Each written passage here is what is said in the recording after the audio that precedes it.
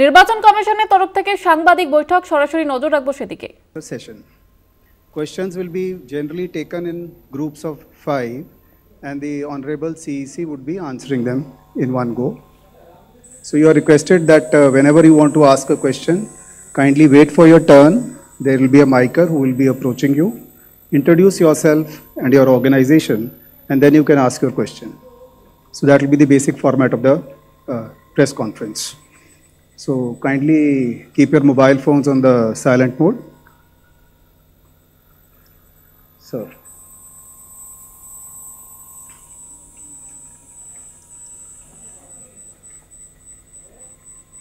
Honorable Election Commissioner Dr. Sukhbir Singh Sandhu ji, Honorable Election Commissioner Dr. Vivek Joshi जी, चुनाव आयोग के वरिष्ठ अधिकारीगण और मीडिया के मेरे दोस्तों, सबसे पहले चुनाव आयोग मतदाताओं के नाम एक संदेश देना चाहता है। भारत के संविधान के अनुरूप भारत का हर नागरिक जो 18 वर्ष की आयु पूरी कर चुका हो, उसे मतदाता अवश्य बनना चाहिए और मतदान भी अवश्य करना चाहिए। आप सभी जानते हैं कि कानून के अनुरूप हर राजनीतिक दल का जन्म चुनाव आयोग में रजिस्ट्रेशन से ही होता है। तो फिर चुनाव आयोग उन्हीं राजनीतिक दलों में भेदभाव कैसे कर सकता है? चुनाव आयोग के लिए न तो कोई विपक्ष है, न तो कोई पक्ष है, सब समकक्ष हैं। चाहे किसी भी राजनीतिक दल का कोई भी हो, चुनाव आयोग अपने संवैधानिक कर्तव्य से पीछे नहीं हटेगा। पिछले 2 दशकों से लगभग सभी राजनीतिक दल मतदाता सूची में त्रुटियों के सुधार के लिए मांग करते रहे हैं और इसी मांग को पूरा करने के लिए ही चुनाव आयोग ने गहन पुनरीक्षण अर्थात स्पेशल इंटेंसिव रिवीजन SIR की शुरुआत बिहार से की है।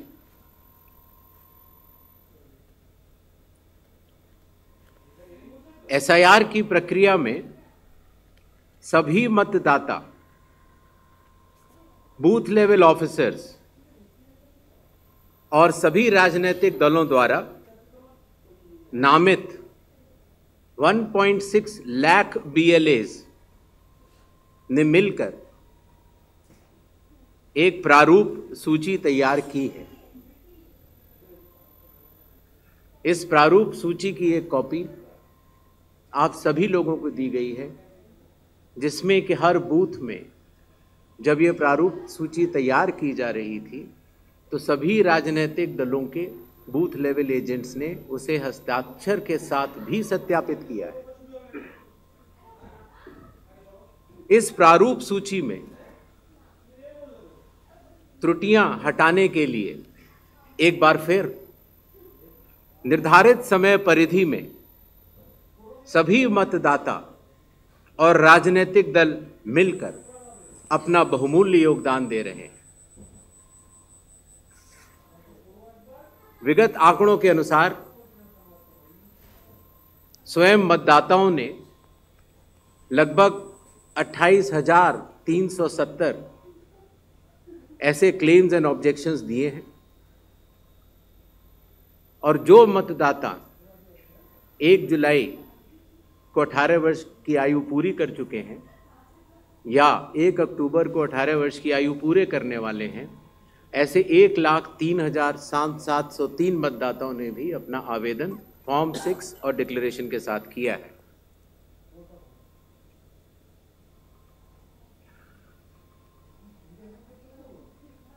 और इन क्लेम्स एंड ऑब्जेक्शंस के लिए, इन त्रुटियों को हटाने के लिए बिहार के एसआईआर में 1 अगस्त से 1 सितंबर का समय निर्धारित है। अभी भी 15 दिन का समय बाकी है।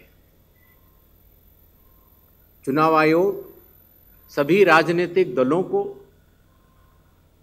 उनके द्वारा नामित बूथ लेवल एजेंट्स को,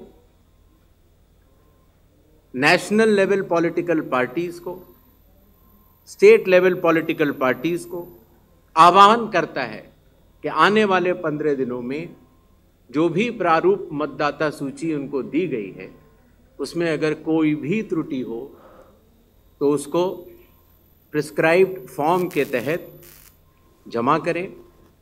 चुनाव आयोग के दरवाजे हमेशा सबके लिए समान रूप से खुले हुए हैं। जमीनी स्तर पर सभी मतदाता, सभी राजनीतिक दल और सभी बूथ लेवल ऑफिसर्स मिलकर एक पारदर्शी तरीके से कार्य कर रहे हैं, सत्यापित भी कर रहे हैं, हस्ताक्षर भी कर रहे हैं और वीडियो टेस्टिमोनियल्स भी दे रहे हैं। यह एक गंभीर चिंता का विषय है कि राजनीतिक दलों के जिला अध्यक्षों और उनके द्वारा नामित बीएलएस के ये सत्यापित दस्तावेज, टेस्टिमोनियल्स, उनकी आवाज उनके स्वयं के राज्य स्तर के या राष्ट्रीय स्तर के नेताओं तक या तो पहुंच नहीं पा रही है और या फिर जमीनी सच को नजरअंदाज करते हुए भ्रम फैलाने की कोशिश की जा रही है। सत्य तो यह है कि कदम से कदम मिलाकर सभी स्टेक होल्डर्स बिहार के एसआईआर को पूर्ण रूप से सफल बनाने के लिए कटिबद्ध हैं, प्रयत्न कर रहे हैं और कठिन परिश्रम कर रहे हैं। जब बिहार के 7 करोड़ से भी अधिक मतदाता चुनाव आयोग के साथ खड़े हैं तो न तो चुनाव आयोग की साख पर कोई प्रश्न चिन्ह खड़ा हो सकता है और न ही मतदाताओं की साख पर। कानून के अनुसार अगर समय रहते मतदाता सूचियों में त्रुटियां साझा न की जाएं, मतदाता द्वारा अपना प्रत्याशी चुनने के 45 डेज के भीतर माननीय उच्च न्यायालय में चुनाव याचिका दायर न की जाए और फिर वोट चोरी जैसे गलत शब्दों का इस्तेमाल करके जनता को गुमराह करने का असफल प्रयास किया जाए तो यह भारत के संविधान का अपमान नहीं तो और क्या है। जहां तक कि मशीन रीडेबल मतदाता सूची का सवाल है, माननीय सुप्रीम कोर्ट 2019 में ही कह चुका है कि यह मतदाता की निजता का हनन हो सकता है। Voter privacy can be breached. हमने कुछ दिन पहले देखा कि कई मतदाताओं की फोटो उनकी अनुमति के बिना मीडिया के समक्ष रखी गई, उनके ऊपर आरोप लगाए गए, उनका इस्तेमाल किया गया। क्या अपनी माताओं, बहुओं, बेटियों सहित किसी भी मतदाता की सीसीटीवी वीडियो चुनाव आयोग को साझा करनी चाहिए क्या? मतदाता सूची में जिसका नाम होता है वही अपने प्रत्याशी को चयनित करने के लिए वोट डालता है। लोकसभा के चुनाव की प्रक्रिया में 1 करोड़ से भी अधिक कर्मचारी, 10 लाख से भी अधिक बूथ लेवल एजेंट्स, 20 लाख से भी अधिक प्रत्याशियों के पोलिंग एजेंट्स चुनाव के लिए कार्य करते हैं। इतने सारे लोगों के समक्ष इतनी पारदर्शी प्रक्रिया में क्या कोई भी मतदाता वोट की चोरी कर सकता है? कुछ मतदाताओं द्वारा दोहरे मतदान के आरोप लगाए गए, सबूत मांगने पर जवाब नहीं मिला। ऐसे मिथ्या आरोपों से न तो चुनाव आयोग डरता है और न ही कोई मतदाता। जब चुनाव आयोग के कंधे पर बंदूक रखकर भारत के मतदाताओं को निशाना बनाकर राजनीति की जा रही हो, तो आज चुनाव आयोग सबको स्पष्ट करना चाहता है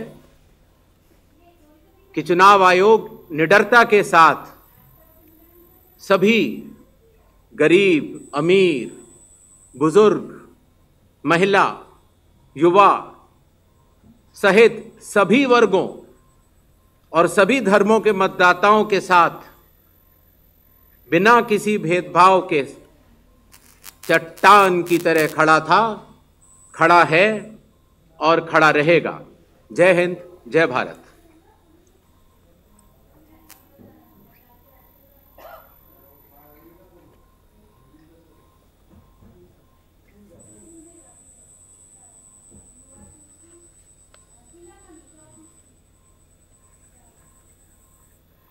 Mic, please.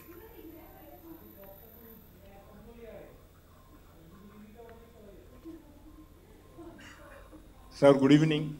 I am Prashant from Asianet News. Sir, here. Prashant from Asianet News. As you know, after Rahul Gandhi's press conference, there are many issues coming up from different states, including states like Kerala. Will you initiate an inquiry into all these allegations which are coming from different states?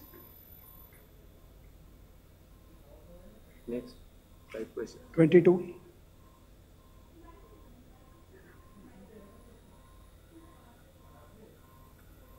Sir. Please. Yeah. Hi. Please. Yeah. Go ahead. Yeah. Sir, Aishwarya Paliwal from Aaj Tak and India Today. Sir, 2 questions. First, sir, a lot of political parties have asked certain questions, but do you think all those questions are actually pointing towards the need for SIR? Sir, second question is arrangements, what arrangements you have made for the vulnerable groups? Because a lot of people are asking senior citizens, migrants, marginalized, so if you can focus on that, sir. Okay. 163. Sir, Shriparna from the Hindu newspaper. Sir, during door-to-door survey and enumeration, how many Nepali, Bangladeshi and Myanmarese nationals were found by BLOs? Does the Election Commission have any figures? 80. I'm coming, sir. We have enough time, sir. 80. Ganesh Kumar ji, how are you? I think you are well. This is Sandeep Shornokar from Bardhaman newspaper. It's a West Bengal, one of the largest newspaper. मेरा question ये है कि बिहार के बाद बंगाल में कब SIR शुरू हो रहा है? 164.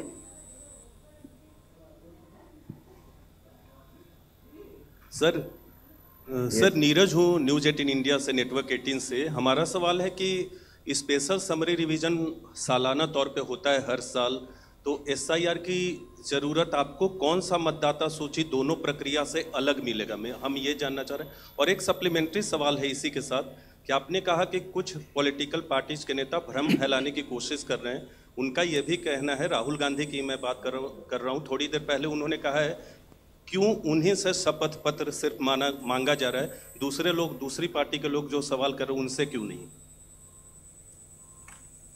तो इन 5 सवालों को पहले ले लेते हैं।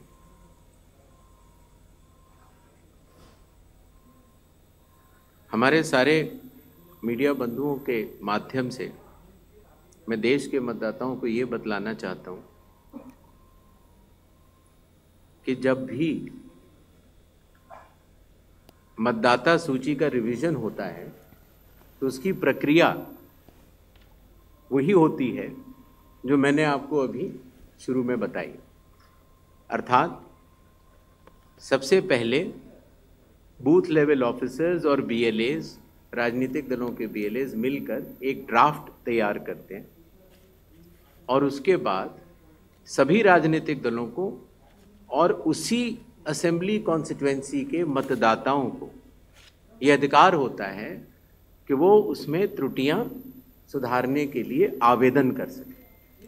आवेदन 3 तरह के हो सकते हैं, या तो किसी का नाम छूट गया हो तो फॉर्म 6 होता है, या किसी का नाम गलत जुड़ गया हो या किसी और को जुड़वाना हो तो फॉर्म 7 होता है, और या कई बार उसमें विवरण गलत हो जाए, आपके नाम की स्पेलिंग गलत हो जाए, फोटो गलत हो जाए, एड्रेस गलत हो जाए तो फॉर्म 8 होता है। तो ये क्लेम्स एंड ऑब्जेक्शंस का जो पीरियड होता है ये बहुत महत्वपूर्ण होता है और इसमें सभी राजनीतिक दलों की भागीदारी और मतदाताओं की भागीदारी भी आवश्यक होती है। जब ये सारे क्लेम्स एंड ऑब्जेक्शंस आ जाते हैं तो उसके बाद जो उस इलाके का एसडीएम होता है, जिसको कई जगहों पर इलेक्टोरल रजिस्ट्रेशन ऑफिसर भी बोलते हैं, जो कि स्टेट गवर्नमेंट का एक अधिकारी होता है, वो उस पर एक निर्णय लेता है और निर्णय करने के बाद एक अंतिम सूची का प्रकाशन करता है। ये प्रक्रिया मैं आपके माध्यम से सभी मतदाताओं को बताना चाहता हूँ, जिससे कि उन्हें भी सनद रहे कि पूरी प्रक्रिया होती क्या है। तो एक बार जब एसडीएम की तरफ से अंतिम सूची प्रकाशित कर दी जाती है, और याद रहे कि प्रारूप अर्थात ड्राफ्ट सूची भी पॉलिटिकल पार्टी से शेयर की जाती है और अंतिम सूची भी पॉलिटिकल पार्टी से शेयर की जाती है, और आजकल चूंकि तकनीकी का जमाना है तो वेबसाइट पर भी इलेक्शन कमीशन की अवेलेबल होती है। इसके बाद भी अगर कोई भी त्रुटि रह जाए तो उस जिले के डीएम के पास एक अपील होती है, और अगर डीएम से भी उस त्रुटि का समाधान न निकले तो उसके ऊपर उस प्रदेश के चीफ इलेक्टोरल ऑफिसर के पास एक अपील होती है। जो अंतिम सूची प्रकाशित हो जाती है उसके ऊपर हो जाते हैं चुनाव। जब चुनाव होते हैं तो पॉलिटिकल पार्टीज अपने कैंडिडेट्स को खड़ा करती हैं और उन कैंडिडेट्स को ये सूची एक बार फिर दे दी जाती है कि इस सूची के ऊपर मतदान होगा, और ये सूची मतदान केंद्रवार दी जाती। इस प्रक्रिया के बाद जब चुनावी मतदान होता है तो मतदान केंद्र के अंदर हर प्रत्याशी को यह अधिकार होता है कि वो पोलिंग एजेंट्स को नामित करे, और वही सूची पोलिंग एजेंट्स के पास भी होती है। तो उदाहरण के तौर पर जब हमारा कोई मतदाता जब मतदान करने जाता है तो पोलिंग एजेंट्स देखते हैं, और अगर कोई गलत व्यक्ति जा रहा है या कोई 2 बार जा रहा है तो उसके ऊपर ऑब्जेक्शन भी कर सकते हैं। मतदान प्रक्रिया समाप्त होने के बाद मतगणना होती है, और मतगणना के बाद रिटर्निंग ऑफिसर रिजल्ट्स डिक्लेयर करते हैं। ये एक डिसेंट्रलाइज कंस्ट्रक्ट है।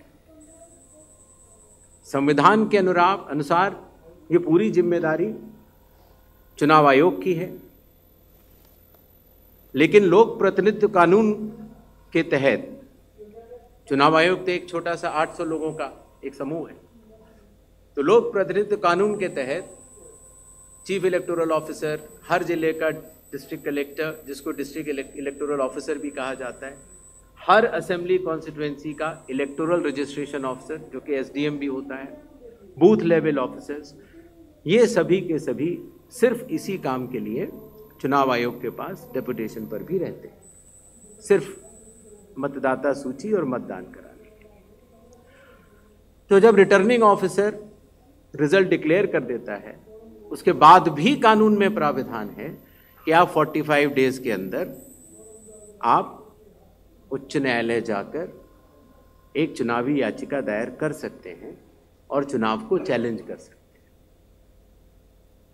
जब ये प्रक्रिया 45 दिन समाप्त हो जाते हैं, उसके बाद इस तरह के निराधार और आरोप लगाना, चाहे वो केरल हो, चाहे वो कर्नाटक हो, चाहे वो बिहार हो,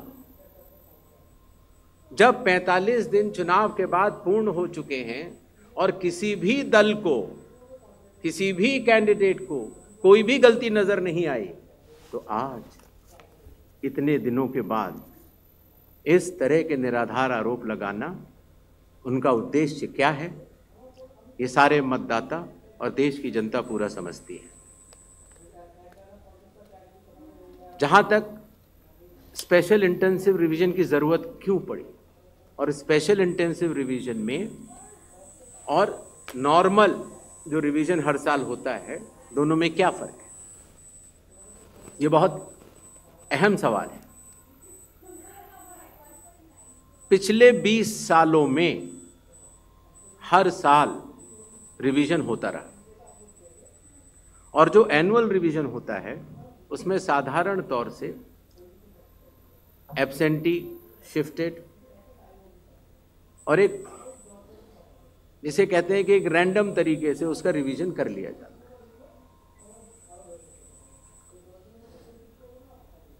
जब पिछले 20 सालों से इंटेंसिव रिवीजन नहीं हुआ, हालांकि पहले होते थे, अभी तक भारत में 10 से ज़्यादा बार स्पेशल इंटेंसिव रिवीजन हो चुके हैं। और स्पेशल इंटेंसिव रिवीजन की खासियत ये होती है कि मतदाता सूची को, इलेक्टोरल रोल को टोटली मैक्सिमम प्योरीफाई करने के लिए एक इन्यूमरेशन फॉर्म भरा जाता है और हर मतदाता उसको जब भर के देता है तो उसका नाम मतदाता सूची में फ्रेश, एकदम नए तरीके से सूची बनाई जाती है। और ये इंटेंसिव रिवीजन इसलिए भी आवश्यक हो गया, एक तो सभी राजनीतिक दलों की लगातार शिकायतें आती जाती हैं कि साहब वहाँ पर वोट बढ़ गए, वहाँ पर वोट कट गए, इन लोगों का वोट सही बना, इन लोगों का वोट गलत बना। साथ ही साथ समय के साथ कई लोग जो गांव में रहते थे, जहाँ पर उनका वोट था, वो शहर में आ गए, उनका वोट गांव में रह गया और जब वो शहर में आए तो वोट कटवाने की प्रक्रिया की भी अपनी कानूनी जटिलताएं, तो उनका वोट गांव में भी रह गया, शहर में भी हो गया। और आजकल आपको पता है, जैसे जैसे भारत का विकास होता जा रहा है, वैसे वैसे लोग शहर छोड़ के भी दूसरे शहरों में भी जाते हैं। मुझे आशा है कि जितने हमारे मीडिया बंधु हैं वो भी शायद किसी न किसी दूसरे शहर को छोड़ के यहाँ पर आए होंगे। तो जब वो यहाँ रहने लग जाते हैं तो उनका वोट यहाँ भी बन जाता है। तो इस तरह से करते करते एक व्यक्ति के जाने या अनजाने में कई जगह वोट रह गए। तो मतदाता सूची को शुद्ध करने के लिए इन्यूमरेशन फॉर्म एकमात्र रास्ता रह जाता है। क्योंकि मैं आपको एक उदाहरण भी देता हूँ, जैसे मान लीजिए श्रीपर्णा चक्रवर्ती जी हैं, उनका पहला वोट था श्रीपर्णा चक्रवर्ती के नाम से, दूसरा वोट जब वो दूसरी बार उन्होंने भरा तो उन्होंने भर दिया एस चक्रवर्ती। पिताजी का नाम मुझे पता नहीं है, माफ़ करें, लेकिन ए बी चक्रवर्ती भरा। अगली जगह जब उन्होंने भरा तो उन्होंने कहा कि नहीं, अखिल बी चक्रवर्ती। तो यह असंभव हो जाता है जानना कि ये दो व्यक्ति एक हैं कि नहीं। तो एक ही तरीका है कि उसके लिए इन्यूमरेशन फॉर्म जारी किए जाएं और एक व्यक्ति एक बार में एक ही इन्यूमरेशन फॉर्म भरेगा, जिससे कि मतदाता सूची का शुद्धिकरण भी होगा। अगर उनका नाम गलत लिख गया है तो वो भी वो सही कर सकते हैं, अगर उनकी फ़ोटो ठीक नहीं है तो वो भी सही कर सकते हैं, अगर उनका पता ठीक नहीं है, माता पिता का नाम ठीक नहीं है तो वो भी ठीक कर सकते हैं। तो ये रही SIR की आवश्यकता। SIR में डोर टू डोर जाना पड़ता है। बूथ लेवल ऑफिसर हमारे बिहार के लगभग 90,000 booth level officers 7 crore 89 lakh लोगों के घर घर जाकर उन्होंने एक एक व्यक्ति को एन्यूमरेशन फॉर्म दिया। जो लोग मृत पाए गए या जो लोग घर पे नहीं थे, जो पड़ोसियों ने कहा या उनके घर वालों ने कहा कि ये परमानेंटली शिफ्ट हो गए हैं, या जिन लोगों ने कहा कि नहीं साहब मैं तो पहले ही दूसरी जगह एन्यूमरेशन फॉर्म भर चुका हूं, अर्थात उसका नाम 2 जगह था, ऐसे लोगों के फॉर्म वापस नहीं मिले और 7 करोड़ 24 लाख फॉर्म वापस मिले 30 दिन के अंदर।